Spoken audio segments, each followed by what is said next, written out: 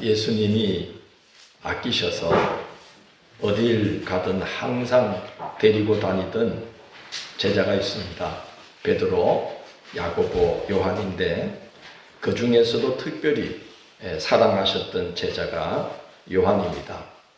베드로가 일을 저지르면 뒷감당을 요한이 했다는 말이 있을 정도로 무슨 일이나 찬찬하게 뒷마무리를 했다고 하는데, 그가 기록한 요한복음을 보면 다른 복음서가 놓친 예수님의 말씀, 예수님의 자기 선언, 예수님의 기도 내용, 비유 등이 매우 풍부하게 수록되어 있습니다. 요한의 성품과 기질이 어떠한지 짐작할 수 있는 거죠. 그래서인지 사도들 중에 끝까지 마지막까지 생존해서 교회를 지킨 인물도 요한입니다. 주후 70년경에 예루살렘에서 로마에 항거하는 폭동이 일어나는 바람에 로마 군대에 의해 예루살렘이 완전히 파괴되고 유대인들은 이스라엘 지경 밖으로 추방당합니다. 그때 요한도 추방당하여서 지금 튀르키예의 에베소로 가서 에베소 교회를 목양하면서 이후 30년간 인근 지역의 성도들을 돌보게 됩니다.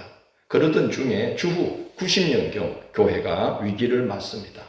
밖으로는 로마 황제 도미티아누스가 교회를 박해했고, 안으로는 영지주의 이단이 교회에 침투하여 성도들을 미혹했습니다. 그때 교회들의 마지막 보루였던 교회가 에베소 교회였고, 교회의 버팀목이 되었던 인물이 요한입니다. 100세에 이르도록 신앙의 연단을 받은 사도가 그 어렵고 혼란스러운 시기에 교회를 지키고 계셨던 게 얼마나 다행스럽고 감사한 일인지 모릅니다. 그래서 하나님은 다른 사도들이 일찍 순교하는 중에도 요한 사도만큼은 100세가 되도록 생명을 보존하셔서 교회를 지키게 하셨던 것 같습니다. 여러분도 오래도록 건강하게 사시면서 이 귀한 교회를 오래도록 지키게 되시기를 축원합니다. 아멘. 아멘 하신 분들은 그리 될 줄 믿습니다. 아멘. 그러니까 다 오래 살려고 또 아멘 하시네. 요한 사도는 영지주의 이단의 미혹으로부터 교회와 성도들을 지키기 위해 각 교회에 편지를 보내게 되었는데, 그 편지가 바로 요한 일서입니다. 우리 시대가 자본주의에 상당한 영향을 받고 있는 것처럼 당시 사람들은 영지주의에 깊이 물들어 있었습니다. 영지주의는 이원론적 세계관을 갖고 있어서 영은 최고, 육은 최하, 영은 고결, 육은 저급, 영은 완전, 육은 불완전, 영은 순수, 육은 오염된 존재로 여겼습니다. 그래서 영지주의에 기반을 둔 이단들은 그리스도가 육체를 입고 오신 것을 부인했습니다. 그리스도는 하나님의 아들이요 구세주 메시아인데 오염되고 저급한 불안정한 육신의 몸으로 오셨다는 것을 받아들일 수가 없었던 것입니다. 그래서 영지주의 이단들은 그리스도로 오신 예수님이 사람의 몸을 지니고 있는 것처럼 보였을 뿐이지 실제로는 영이었다고 주장을 합니다. 결과적으로 그들은 예수님의 십자가 죽음과 부활도 부인하였습니다. 육신을 입은 것이 아니기 때문에 죽은 것이 아니고, 죽은 것이 아니기 때문에 부활할 이유도 없다는 것입니다. 이단은 그때나 지금이나 공통된 특징이 예수 그리스도에 대한 신앙 고백, 즉 복음이 담겨있는 기독론을 공격하거나 변형시킵니다. 예수 그리스도의 십자가와 부활에 기독교 신앙의 핵심과 정수가 담겨있기 때문입니다. 예수 그리스도의 십자가 대속의 죽음과 부활은 속죄, 영생, 재림, 심판, 구원의 소망, 그리하여 하나님 나라를 지금 여기에 앞당겨 살게 하는 순종과 헌신과 희생을 가능하게 합니다. 이단에 빠진 영혼들이 불쌍한 이유가 여기에 있습니다. 예수 그리스도의 십자가와 부활을 통해 믿는 자에게 허락되고 예비된 그 풍성한 생명과 능력을 끝끝내 맛보지 못한 채 그 짓에 붙들려 있다가 지옥불에 던져지기 때문인 것입니다. 영지주의 이단에 미혹된 성도들은 신앙뿐만 아니라 삶도 완전히 망가져 버렸습니다. 영과 육을 이 원론적으로 분리하여 생각했기 때문에 어떤 이들은 육체에 고통을 줘서 육의 속박에서 영을 자유하게 해야 된다고 주장하면서 극단적인 금욕주의에 빠져들었어요. 결혼을 부인하고 금식 단식을 밥 먹듯이 하고 세상을 부정하게 여겨 일상생활과 사회생활을 등한시했습니다. 어떤 이들은 정반대로 영은 고결하고 완전하기 때문에 저급한 육체에 하등의 영향을 받지 않는다고 주장했어요. 그래서 영은 믿음으로 이미 구원받았기 때문에 육체가 무엇을 하든지 영혼의 구원과는 별개다라고 여겨서 방탕하고 물러난 생활에 빠져들었습니다. 그래서 요한 사도는 예수님이 사람의 몸으로 분명히 오셨으며 사람의 몸을 입고 오신 것이 부끄럽고 구원의 누가 되는 것이 아니라 오히려 그로 인해 하나님의 영광이 드러나고 우리에게 완전한 구원이 가능하게 되었음을 증거합니다. 1절을 보면 요한 사도는 예수님을 태초부터 있는 생명의 말씀이라고 소개합니다. 요한은 요한복음에서도 예수님에 대한 첫 증언을 태초로부터 계신 말씀이라고 소개합니다. 오늘 주보에 생명의 말씀 1번에 보면 요한복음 1장 1절로 14절에서 요한은 이렇게 말합니다. 태초에 말씀이 계시니라. 이 말씀이 하나님과 함께 계셨으니 이 말씀은 곧 누구라 그러죠? 하나님이시니라. 그 안에 생명이 있었으니 이 생명은 사람들의 빛이라. 말씀이 육신이 되어 우리 가운데 거하심에 우리가 그의 영광을 보니 아버지의 독생자의 영광이요 은혜와 진리가 충만하더라고 증거합니다. 요한 사도는 요한일서 1장과 요한복음 1장에서 예수님을 태초로부터 계신 말씀이다, 생명이다, 사람들의 빛이다, 말씀이 육신이 되어 오신 분이라고 증거합니다. 몸을 입고 이 땅에 오시기 전에 예수님은 생명의 근원이신 말씀인 로고스로 계셨다는 거죠. 법으로 계셨다는 겁니다. 도로 계셨다는 겁니다. 그리스도로 하나님과 함께 계셔서 세상을 창조하고 운행하시는 일에 하나님과 동력하셨다는 겁니다.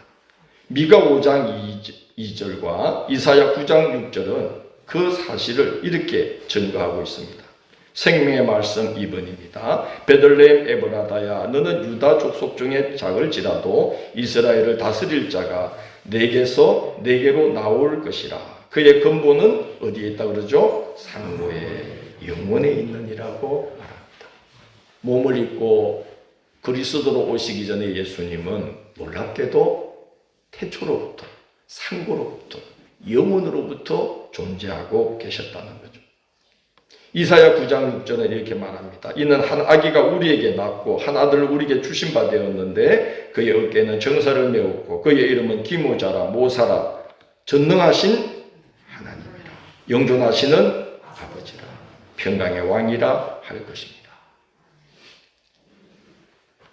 몸을 입고 오실 그리스도 예수님을 전능하신 하나님이다, 영존하신 아버지라고 말하고 있습니다. 성경이 그렇게 예수님을 증거하는 이유는 예수 그리스도께서 아버지 되신 하나님과 본체가 같기 때문인 것입니다. 그에 대해 필립보서 2장 6절로 8절, 히브리서 1장 3절은 이렇게 증거하고 있습니다. 생명의 말씀 3번입니다. 그는 근본 하나님의 무엇이나 본체시나 하나님과 동등됨을 취할 것으로 여기지 아니하시고 오히려 자기를 비워 종의 형체를 가지사 사람들과 같이 되셨고 사람의 모양으로 나타나사 자기를 낮추시고 죽기까지 복종하셨으니 곧 십자가에 죽으십니다. 뒷장을 보시면 이는 하나님의 영광의 강체시요 무엇이라 그럽니까? 그 본체의 형상이시라. 그의 능력의 말씀으로 만물을 붙드시며 죄를 정결하게 하는 일을 하시고 높은 곳에 계신 지극히 크신 이의 우편에 앉으셨느니라고 말합니다. 우리는 복음서에서 예수님이 몸을 입고 활동하는 것만 봤습니다. 근데 성경은 오시기 전에 그리스도로서 태초로부터 하나님과 함께 계시고 하나님과 함께 세상을 창조하는 로고스, 그리스도로, 도로, 법으로 존재하셨고 그리고 하나님과 함께 만물을 굳게 붙들고 계시는 그런 놀라운 분이라고 증거하고 있습니다. 그래서 우리는 예수님을 성자 하나님이라고 성경은 부르는 거예요. 왜냐? 본체가 같기 때문이에요. 여러분, 개가 새끼를 낳으면 뭐가 태어납니까? 고양이가 나나요? 예.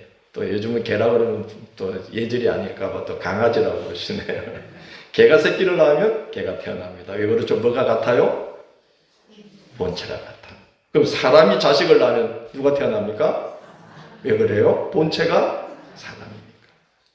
그래서 우리가 사람 자식인데도 본체인 사람답게 행동하지 않으면 사람 자식이라 그러지 않고 개 땡땡이라 그러죠. 본체에 어긋나는 짓을 한다는 거예요. 예수 그리스도는 하나님의 아들이십니다. 본체가 하나님이신 분으로부터 나왔기 때문에 그 아들도 누굽니까? 하나님인 거죠. 그래서 성경은 예수님을 성자 하나님이다. 이사야는 심지어 영존하시는 아버지다. 그는 상고의 영혼에 그 기원을 두고 있다라고 말하는 것입니다. 우리를 구원하신 예수님이 그런 분이라는 걸 알아야 됩니다. 놀라운 분이라는 거죠.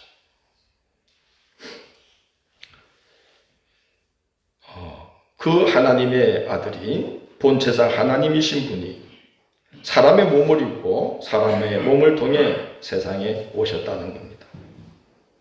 그것도 역사상 가장 고난이 극심한 시대에 흑암에 앉은 백성들에게로 사망의 땅과 그늘에 앉은 자들에게로 오시고 구유의 몸을 누이셨습니다. 영지주의자들이 주장하는 것처럼 몸을 입고 오셨다는 것이 하나님의 거룩함을 훼손시키거나 완전한 구원의 누가 되는 게 아니라 오히려 하나님이 아니고서는 행할 수가 없는 지극한 사랑, 지극한 겸손, 지극한 희생, 지극한 자기 비움이 몸을 입고 오신 예수님을 통해 나타났다는 겁니다. 하나님이 아니고서는 할 수 없는 사랑, 하나님이 아니고서는 할 수 없는 겸손, 하나님이 아니고서는 보여줄 수 없는 희생, 지극한 자기 비움을 바로 몸으로 입고 오신 예수님이 보여주셨다는 겁니다. 하나님께서 하늘과 땅의 간격과 격차를 뛰어넘어 우리에게로 오신 것 너무나도 거룩하고 영광스럽고 신비로운 사건입니다. 제가 생각하기에는 개와 사람의 격차는 엄청나죠. 본체가 다르니까요. 근데 하나님이 몸을 입고 오신 건 개와 사람의 격차 이상을 뛰어넘어서 우리에게 오신 거다. 자기를 엄청나게 낮추신 거다. 어마어마한 거룩한 사건이다. 바로 우리가 그런 예수님을 믿고 그 예수님을 따라가는 자들이기 때문에 우리에게도 그와 같은 은혜가, 그와 같은 능력이 임하게 될 줄로 믿습니다. 요한은 예수님의 제자로 부르심을 받아 그의 말씀을 듣고 눈으로 보고 손으로 만지듯 자세히 보았는데 몸을 입고 오신 예수에게서 하나님의 영원한 생명을 보았고 그 예수님과의 인격적인 사귐을 통해 하나님 아버지의 사랑과 은혜를 누렸습니다. 요한은 그 사실을 증거하면서 이렇게 부탁합니다. 너희도 우리와 사귐이 있게 되기를 원하노라. 뭐 하기를 원한다고요? 예, 사람은 사귀는 대상을 닮아갑니다. 여러분, 부부가 오래 살면 어떻다 그러죠? 사모님하고 저하고 닮은 것 같아요? 어떠 쳐다보실 건 없어요. 닮았어요. 사람은 사귀는 대상을 닮아요. 사도들이 예수님과 인격체로서 사귐을 통해서 예수님을 통해서 사귐을 하면서 하나님 아버지를 닮아가고 하나님의 은혜와 사랑과 능력과 기쁨을 선물로 받아서 누리게 된 거죠.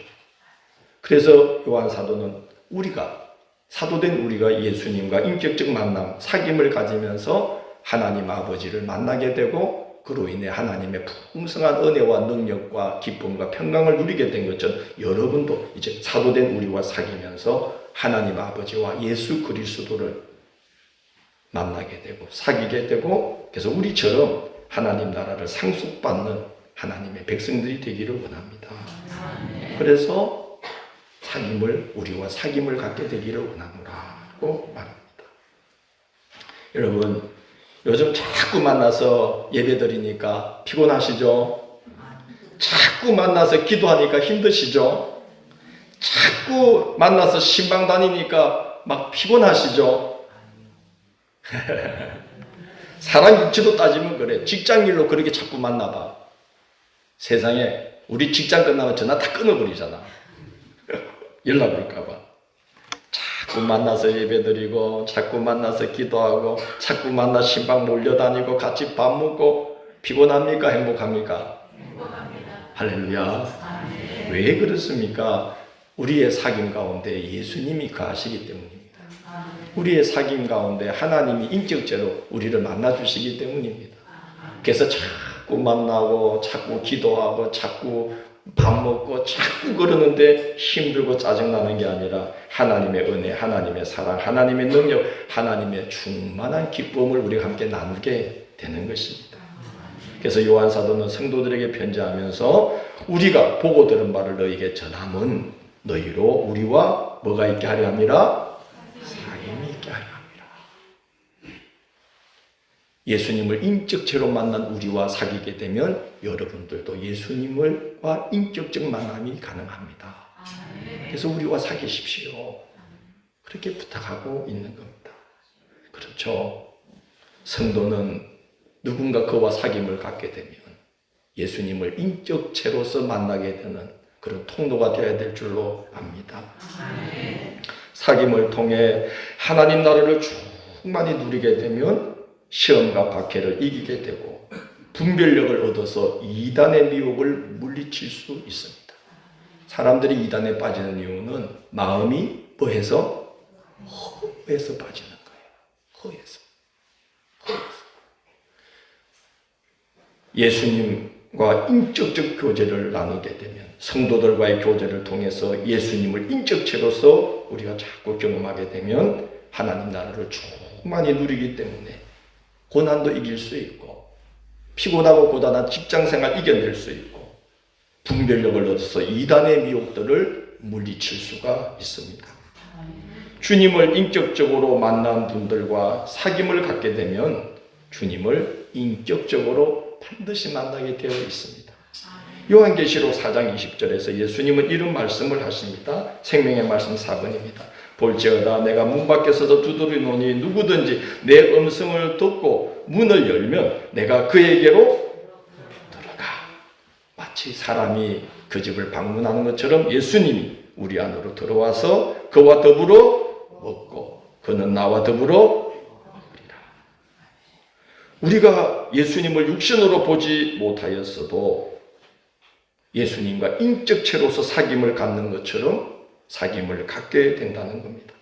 예수님이 그런 말씀도 했습니다. 사람이 내 말을 지키면 우리가 그에게로 들어가 거처를 그와 함께 하리라고 말씀했습니다. 인격체적인 만남이 가능하게 된다는 거죠. 사귐을 뜻하는 성경 원문은 코이노니아입니다. 우리 한번 함께 해볼까요? 코이노니아. 네, 우리 서로 간에 코이노니아 하시기를 축원합니다. 사귐이라는 게 코이노니아인데 그 뜻을 보니까요. 공통된 것을 나눈다. 같은 걸 나눈다 하는 겁니다. 하나님 아버지와 그의 아들 예수 그리스도와 늘 사귐을 갖고 계신 분을 가까이 하면요. 그가 사랑하는 대상과 같은 대상을 사랑하게 됩니다. 대화하는 주제가 같아지게 됩니다. 생의 목표를 닮아가게 됩니다. 나중에는 표정도 닮아가게 됩니다. 왜 그러느냐? 코이노니아. 같은 걸 나누기 때문이죠. 그래서 늘 주님과 코이노니아, 인격적 사귐을 가지면서 살아가는 분들을 가까이 하여 사귀게 되면 주님을 닮아가게 되는 거죠. 같은 걸 나누기 때문에.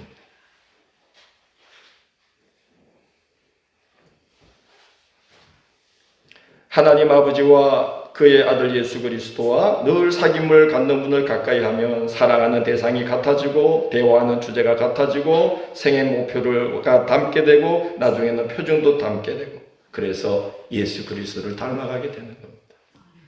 우리 성도의 코이노니아 교제는 그렇게 함께 예수님을 닮아가는 교제가 되어야 될 줄 믿습니다. 제가 부목사 때 충격을 받은 일이 있었어요. 제가 부목사 때네요.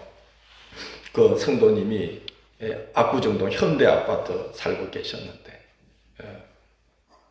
그 당시로 어마어마한 거죠. 제가 거기 속해 인도를 했어요. 찬송 부르고 우리 예수님 십자가 기도하고 여기 다 끝나서 이제 과일하고 과자가 남았어요. 둘러 앉아가지고 그때 그 식구들이 제 나이랑 비슷하고 제보다 한 10살 그 때인데 그러니까 한 40대. 이야, 이제 주제가 예배 드릴 때 완전 달라. 아파트를 어떻게 여기까지 오게 됐는지. 재산 정식. 그럼 또 다 기가 쫑긋해서 들어. 내가 설교할 땐 졸더니 그래. 그 다음에 어떻게 애를 그 대학에 보냈는지, 어느 학원, 대치동에 어느 학원이 좋고, 입에 거품을 물고, 세상에 복음을 그렇게 전하면 마주. 거품으로 어느 학원이 좋고, 어느 선생님이 진짜 와, 사람들이 몰입해서 듣는 거예요. 그리고 자기는 누구를 알고 있는데, 이게 어떻게 코이노니아이겠습니까?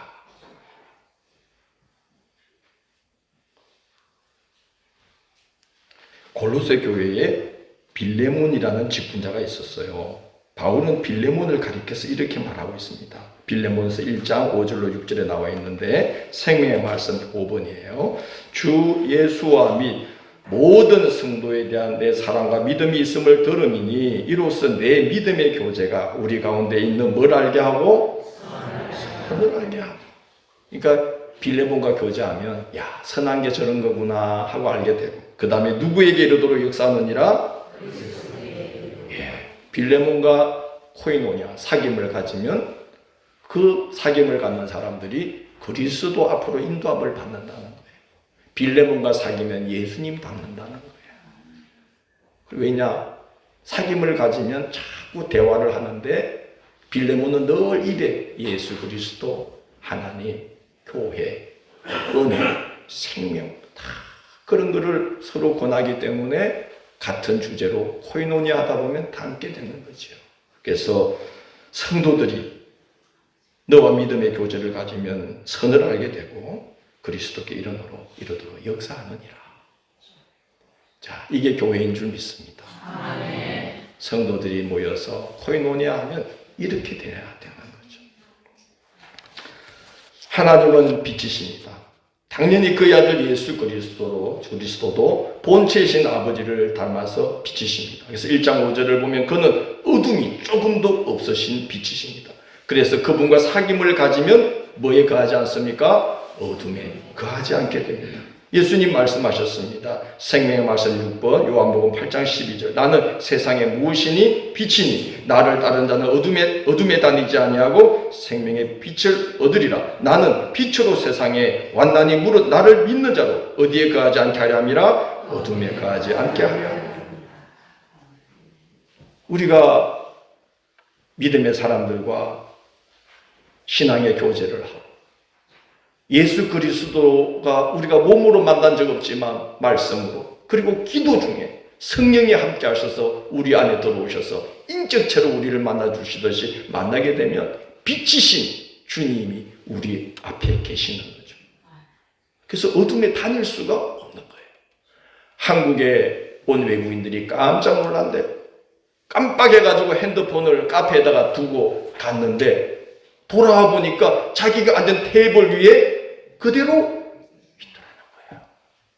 지하철에서 플랫폼에서 지하철을 기다리다가 가방을 두고 갔는데 깜빡하고 돌아오니까 자기가 앉아있던 지하철역 플랫폼의 의자 위에 가방이 그대로 있더라고요. 그래서 한국 국민들의 도덕성은 엄청나다 했더니 어떤 분이 웃으면서 아니에요. 한국은 CCTV가 많아 그래요. 사방이 CCTV니까 그것을 가져갔다가는 쇠고랑 차는 거야. 우스개입니다. 도덕성이 사실 뛰어나죠.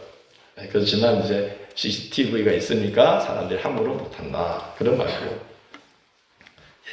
주님과 인격적 사귐을 가지면 나는 세상의 빛이니 나를 따르는 자는 어디에 다니지 아니하고 어둠에 다니지 않는다.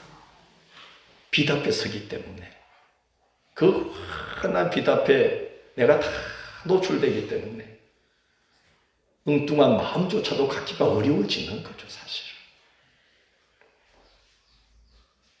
빛 대신 예수님과 깊은 인격적 교제, 코이노니아, 사귐이 있는 신앙이 되기를 소망합니다.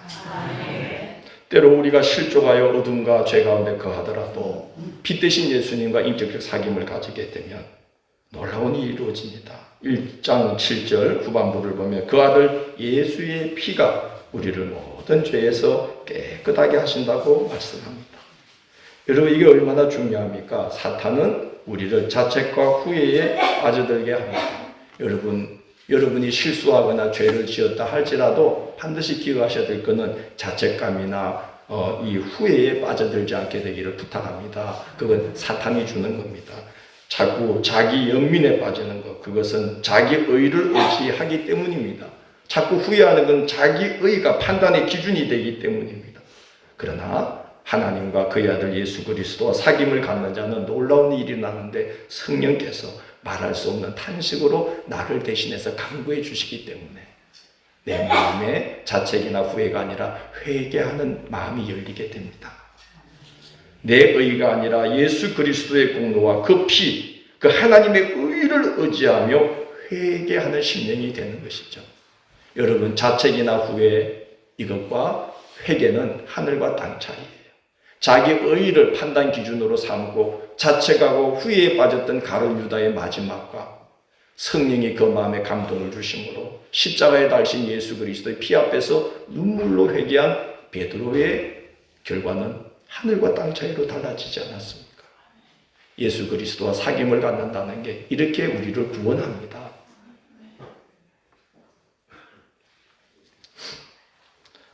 우리가 서로 사귐이 있고 그 아들 예수의 피가 우리를 모든 죄에서 깨끗하게 하실 것이요, 만일 우리가 우리 죄를 자백하면 그는 미쁘시고 어루오사 우리 죄를 사하시며 우리를 어디에서? 모든 불의에서 깨끗하게 하실 것이요. 그리스도 예수께서 육신을 입고 오셔서 십자가에 달려 피를 쏟으신 것이 부끄럽거나 치욕이거나 구원을 가로막는 것이 아니라 우리의 완전한 구원을 위해서 반드시 필요했던 일이었다는 겁니다. 몸을 입고 오셔서 피 흘려주신 이 은혜가 불완전한 것이 아니라 우리의 구원을 완전하게 하는 것이다. 그 피 앞에 용서받지 못할 죄는 세상에 없으되 하나도 없다. 그래서 우리는 자책과 후회가 아니라 회개함으로 구원을 받게 되는 거죠. 깨끗함을 받게 되는 것입니다. 여러분, 요즘 무엇을 가까이 하며 지내십니까? 늘 요즘 반복적으로 노출되는 대상, 그 사귐의 대상은 무엇입니까? 사람은 사귀는 대상을 닮아가게 됩니다. 사귀는 대상이 좋아하는 것을 좋아하게 됩니다. 우리가 자꾸 만나서 시간을 들이고 공을 들인 것을 우리는 닮아가게 됩니다. 생텍쥐페리라는 분이 어린 왕자라는 소설, 동화 같은 소설을 썼어요. 거기 보면 사막의 여우와 어린 왕자가 이야기를 나눕니다. 여우가 이런 말을 합니다. 어린 왕자에게, 나는 네가 기다려줘. 네가 나를 길들인 거야. 길들여진다는 건 관계를 만들어가는 거지. 네가 네 장미꽃을 그토록 소중하게 만든 것은 그 꽃을 위해 네가 써버린 시간들이었던 것처럼 너는 나에게 소중한 존재가 되어버렸어. 네가 4시에 온다면 나는 3시부터 행복해지기 시작할 거야. 나는 네가 오는 발자국 소리만으로도 행복해질 거야. 예, 여우와 어린 왕자가 사귐을 갖다 보니까 그렇게 서로 시간을 들이고 공을 들이다 보니까 닮아가는 거죠.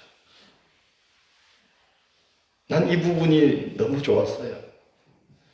내 장미꽃을 그토록 소중하게 만든 건 그 꽃을 위해 네가 써버린 시간이었던 거지.